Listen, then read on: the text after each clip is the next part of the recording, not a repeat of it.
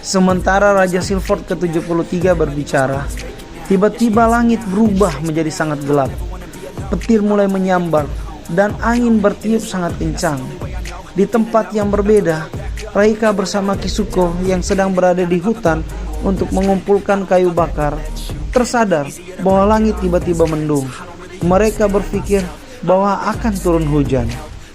Kisuko pun berkata kepada Reika, "Sebaiknya kita segera kembali ke kota karena mungkin akan turun hujan badai."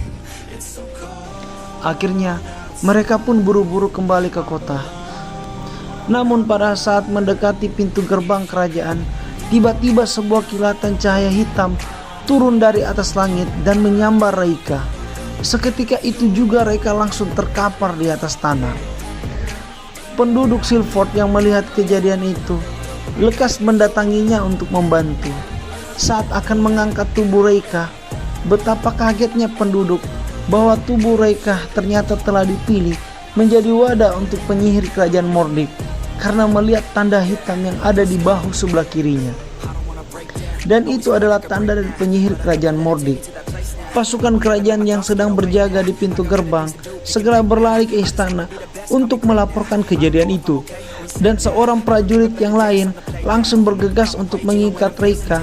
Tapi para penduduk sudah berkumpul dan mereka langsung mengambil pisau, ada yang mengambil cangkul dan juga melempari Reika dengan batu untuk membunuhnya sebelum dia sadar, lalu menghancurkan kerajaan Silford, pikir mereka. Kisuko yang melihat kejadian itu coba melerai dan melindungi Reika, tapi apalah daya, dia terlalu tua untuk melawan semua penduduk yang menyerang Reika. Di tengah-tengah kekacauan itu, saat Reika akan dibunuh oleh salah seorang penduduk Silford, tiba-tiba dari kejauhan dengan langkah yang sangat cepat, seseorang berjubah biru langsung memegang tubuh Reika, membawanya kabur dan menghilang dari tempat itu.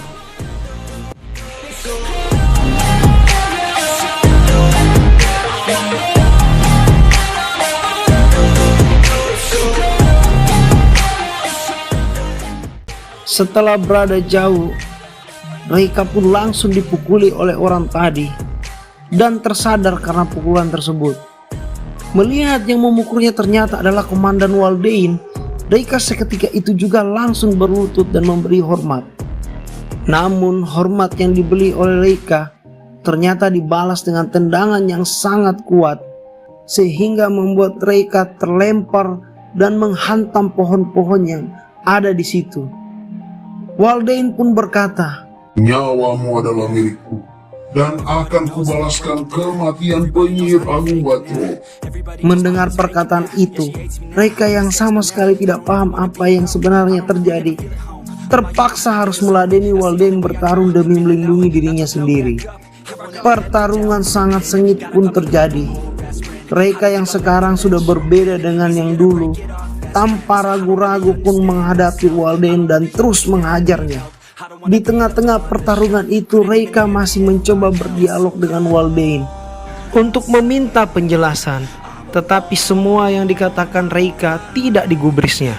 Setelah bertarung cukup lama, matahari pun kini tepat berada di atas kepala mereka. Langit tiba-tiba menjadi sangat terang dan menyilaukan seluruh pemandangan yang ada di situ. Waldein yang tidak bisa melihat sekelilingnya langsung mundur sejenak. Reika coba memanfaatkan situasi ini untuk menyerangnya kembali. Tapi saat akan menyerang Waldein, tiba-tiba sebuah kilatan cahaya putih yang turun dari langit menyambar Reika dan lagi-lagi Reika terjatuh dan pingsan. Hari itu pun menjadi fenomena yang sangat aneh, karena 2 kali Reika telah mengalami kejadian yang sama. Setelah terbangun dari tidurnya, Reika yang melihat Waldein tepat berada di samping, saat itu juga langsung berdiri serta mengambil ancang-ancang untuk bertarung. Mengetahui Reika yang telah bangun, Waldein malah langsung berlutut dan berkata, "Selamat datang kembali tuanku, Watrong sang penyihir agung."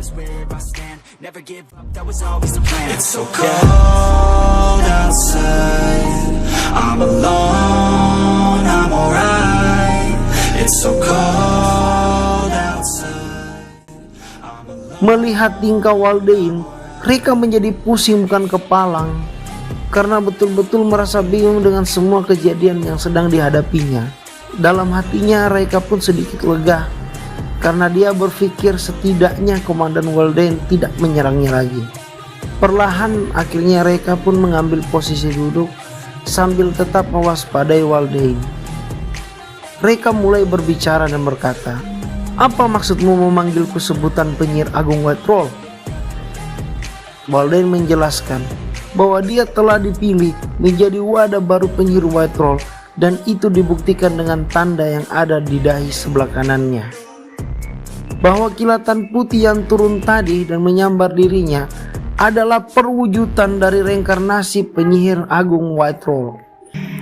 Reka pun kembali bertanya, "Kenapa sebelumnya kamu menyerang aku dan tidak mau mendengarkan sedikit pun soal penjelasan yang akan kukatakan?" Waldein kembali menjawab bahwa selama ini dia juga masih hidup setelah pertempuran 93 tahun yang lalu. Dia menyaksikan apa yang terjadi saat itu, di mana dia melihat Reka sedang memakan kedua kristal jiwa milik penyihir White Troll dan juga penyihir kerajaan Mordik.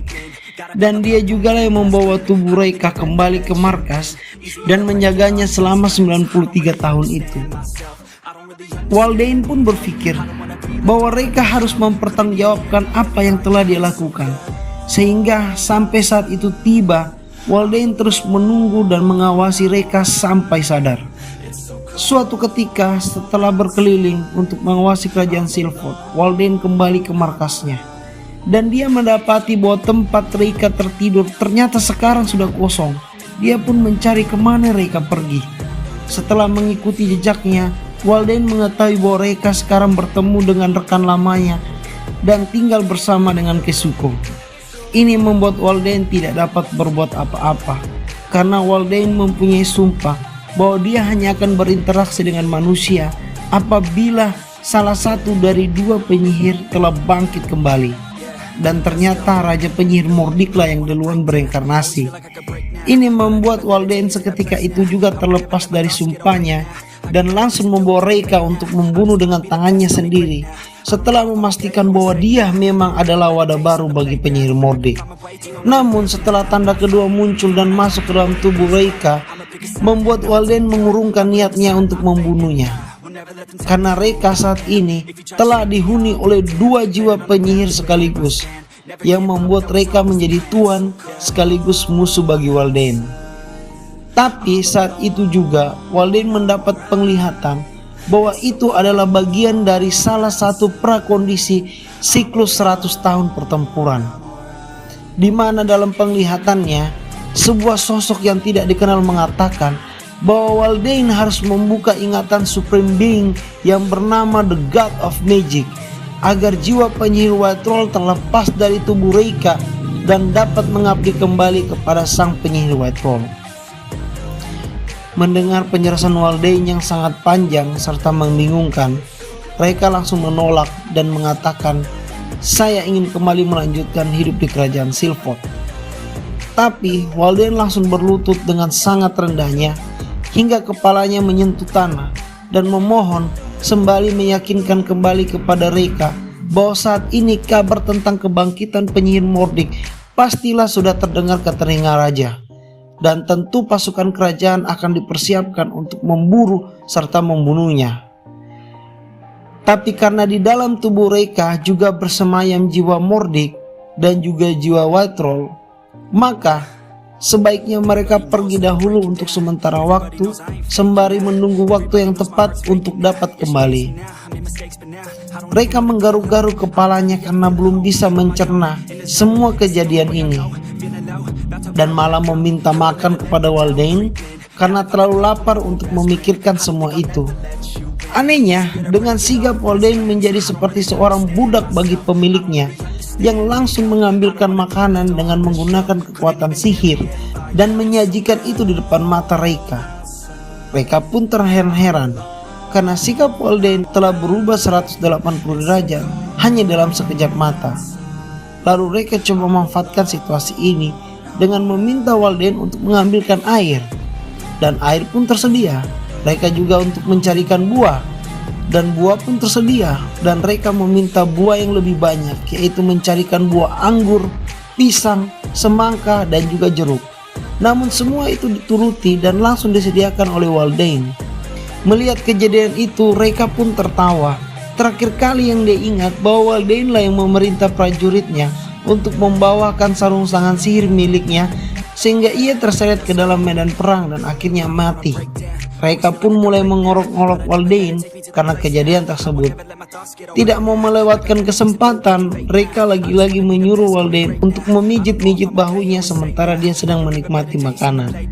Dan lagi-lagi Waldain menuruti perintah Reka.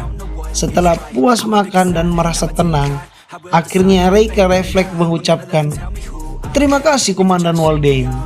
Mendengar hal itu, Waldain pun juga tertawa terbahak-bahak sambil menatap Reka dengan wajah anehnya. Reka yang melihat hal itu sadar bahwa dirinya sekarang adalah penyihir agung White Roll dan secara otomatis adalah pemimpin Waldain. Mereka pun akhirnya tertawa bersama karena masih terbawa di kehidupan masa lalu. Semalam-malaman mereka tertawa lepas hingga pagi pun menyingsing.